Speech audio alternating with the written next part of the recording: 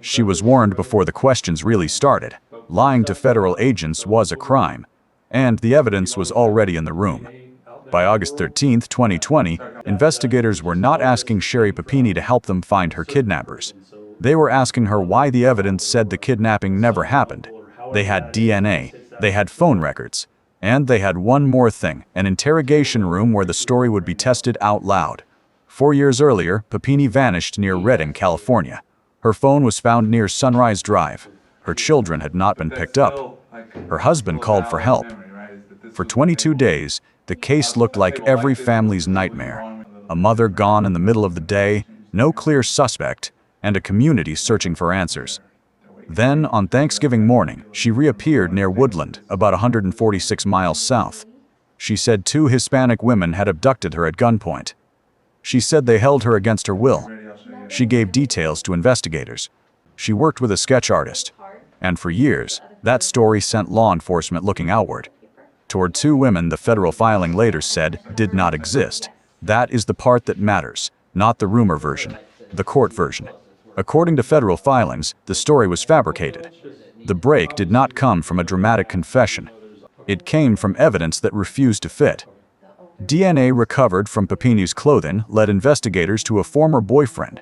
Phone records showed contact. Prepaid phones connected the 2 locations.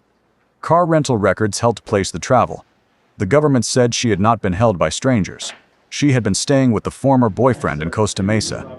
And once investigators believed that, the strange details changed shape. The injuries, the weight loss, the cut hair, the brand on her shoulder. The question was no longer, who did this to her? The question was, why did the evidence point somewhere else? That is why the interrogation matters. On August 13, 2020, an FBI agent and a Shasta County sheriff's detective sat across from Papini.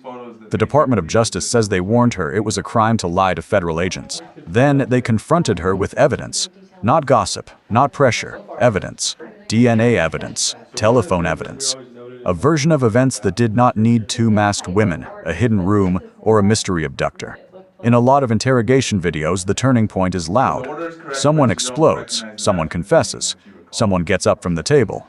This one is colder than that. The room changes because the story stops sounding like a memory and starts sounding like a performance under stress. The safest answer would have been simple. Stop. But according to the Department of Justice, Papini did not retract the kidnapping story in that interview. She kept claiming she had been kidnapped. She kept denying the former boyfriend's involvement. And after another warning and more evidence, prosecutors said she continued making false statements. That choice became the false statement count. She had been warned. She had been shown the evidence, and she stayed inside the story. The lie did not stay in that room. Federal prosecutors said it consumed public resources for years. It sent officers after imaginary suspects. It made a community afraid of 2 women the court filing says did not exist. And it moved money. The government said Papini received victim assistance payments, including therapy and ambulance-related costs.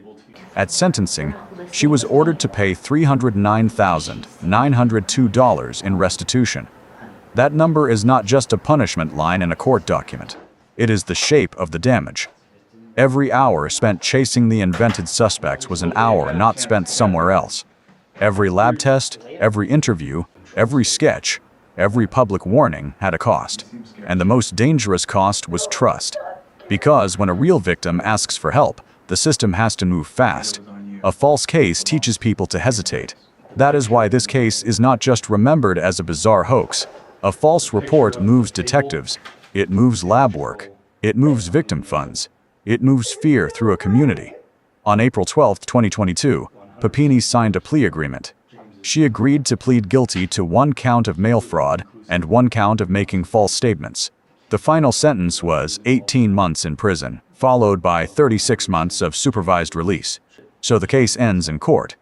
But the reason this video starts in the interrogation room is simpler. Because the core of the story is not the disappearance.